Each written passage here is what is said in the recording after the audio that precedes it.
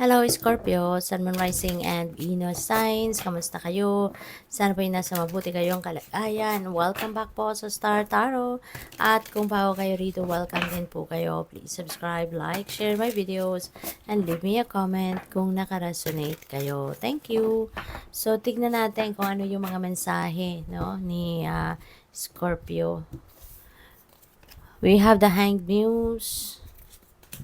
We have Muse of Voices and we have Nine of Emotions. Wow, ito maganda, no, Scorpio? Napakaganda. So, we have Hanged Muse. Ayan. So, this is time of reflection, contemplation. Panahon ito na para kayo naman ay magpahinga. Panahon din ito na para kayo ay magkaroon naman ng oras para tumigil muna sa kung ano man ang inyong pinagkakabalahan, ano man ang inyong mga gagagawa, 'di ba? Kasi isa pa baka pagod kayo no, Scorpio. So it's about time na for you to rest. It's about time na for you to relax din muna, no? Yung ganon. At isa pa, pupwede rin, no, na baka merong mga ibang bagay, no, na dapat kayong pagkaabalahan. But if you are focused ngayon, no, on kung ano ang ginagawa ninyo ng dati, so hindi kayo magkakaroon ng time to think, 'di ba? Kung ano ang mga dapat ninyong pagkaabalahan sa ngayon, no? Kaya maaari, no, Scorpio, na may mga delays, there could be blockages na po pwedeng dumating, no, sa mga ginagawa mo para kayo ay makapag-focus, no, doon sa bagong plano or bagong ideas, no, that will arise sa isip ninyo. Kasi kung busy kayo, marami kayong ginagawa ng dati, 'di ba? So hindi niyo mapapansin 'yon. Baka ito yung gusto ng universe na pagkaabalahan mo, 'di ba? Kaya para matigil ka muna, ma-divert ang attention mo from kung anong pinagkakaabalahan mo sa ngayon, talagang kailangang matigil muna 'yan, 'di ba? Kaya maaari magkaroon ng delays, magkaroon ng blockages sa current mong ginagawa para magkaroon ka ng time na makapakinig, no, sa iyong intuition, makapakinig sa mga mensahe ng universe na ibibigay sa iyo, 'di ba? Yung bago. So, we have Muse of Voices. Ayan. So, ang iba sa inyo baka kayo ay isang leader, baka kayo isang manager, baka kayo isang supervisor, pwedeng ganon. Or, pwede rin na baka kayo mapopromote pa lang into a leadership role, no? Pwedeng ganon din ang ganap dito. So, feeling ko din, since meron tayong Hanged Muse, pwedeng ang iba sa inyo rito, baka you are going to seek for advice, no? Baka magkakaroon kayo ng consultation sa mga professionals or sa kung kanino man na sa tingin mo makakatulong sa iyo na magkaroon ng linaw ang isipan mo, or baka ikukonsulta mo bakit nagkaroon ng delays, bakit nagkaroon ng biglang pagtigil mga ginagawa mo, yung mga proseso, di ba? Baka yun ang mga bagay na ikukonsulta mo sa kung sino man, maaring sa isang professional, no? So, you also have Nine of Emotions. Scorpio, this is really beautiful kasi Nine of Emotions is wish fulfillment energy. So, merong mga wish or wishes kayo dito na magka-come to fruition. Meron kayong mga wish or wishes dito na mangyayari, mag-unfold na sa buhay ninyo, no?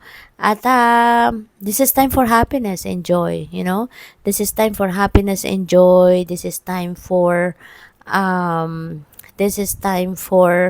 material and financial success. Kaya magiging masayang-masaya kayo, Magiging masayang-masaya kayo.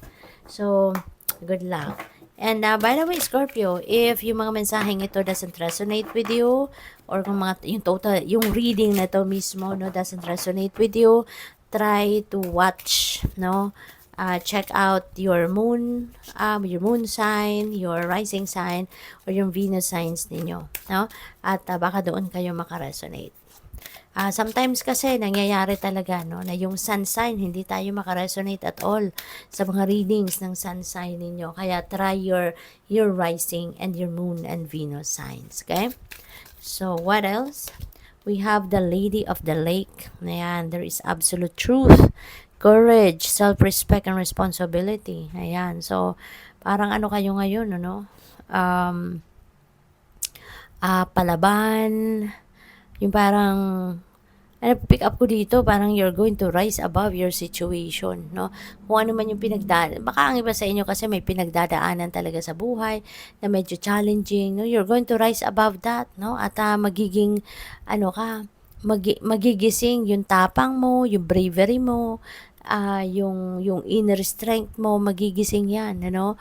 At talagang lalaban ka sa buhay, lalaban ka sa kung ano man ang mga challenges na maaring pinagdadaanan ninyo, no? You are going to rise above that, no? So, what else? We have the butterfly. Ayan, beauty, no? So, ngayon, siguro yung ganda mo, no? From the inside and out, you are going to, you are going to, ang tawag dito? Yung bang, you're going to display or you're going to show off, no, your beauty. Dito mas maa-appreciate, no, ng mga tao yung ganda mo, yung kabaitan mo, 'di ba? Maraming tao ang makakaano sa inyo. Maraming tao ang recognize ng inyong kagandahang loob, no? Yung kabutihan, your kindness, yung ganon, no? So, what else? We have the Grail Knight, Romance, Illusion, Seeking the Sacred. So, baka ang iba sa inyo dito, Scorpio, no? Is going to enter a new love and romantic relationship. Baka magkakaroon kayo rito ng bagong relasyon. Ang iba sa inyo, baka you're seeking for love, di ba? At ngayon, ano, baka dumating na yung taong magpapaano sa inyo, magpapakilig, di ba? Maaaring ganun. So, good luck sa'yo. Thank you for watching. Love and light. Namaste.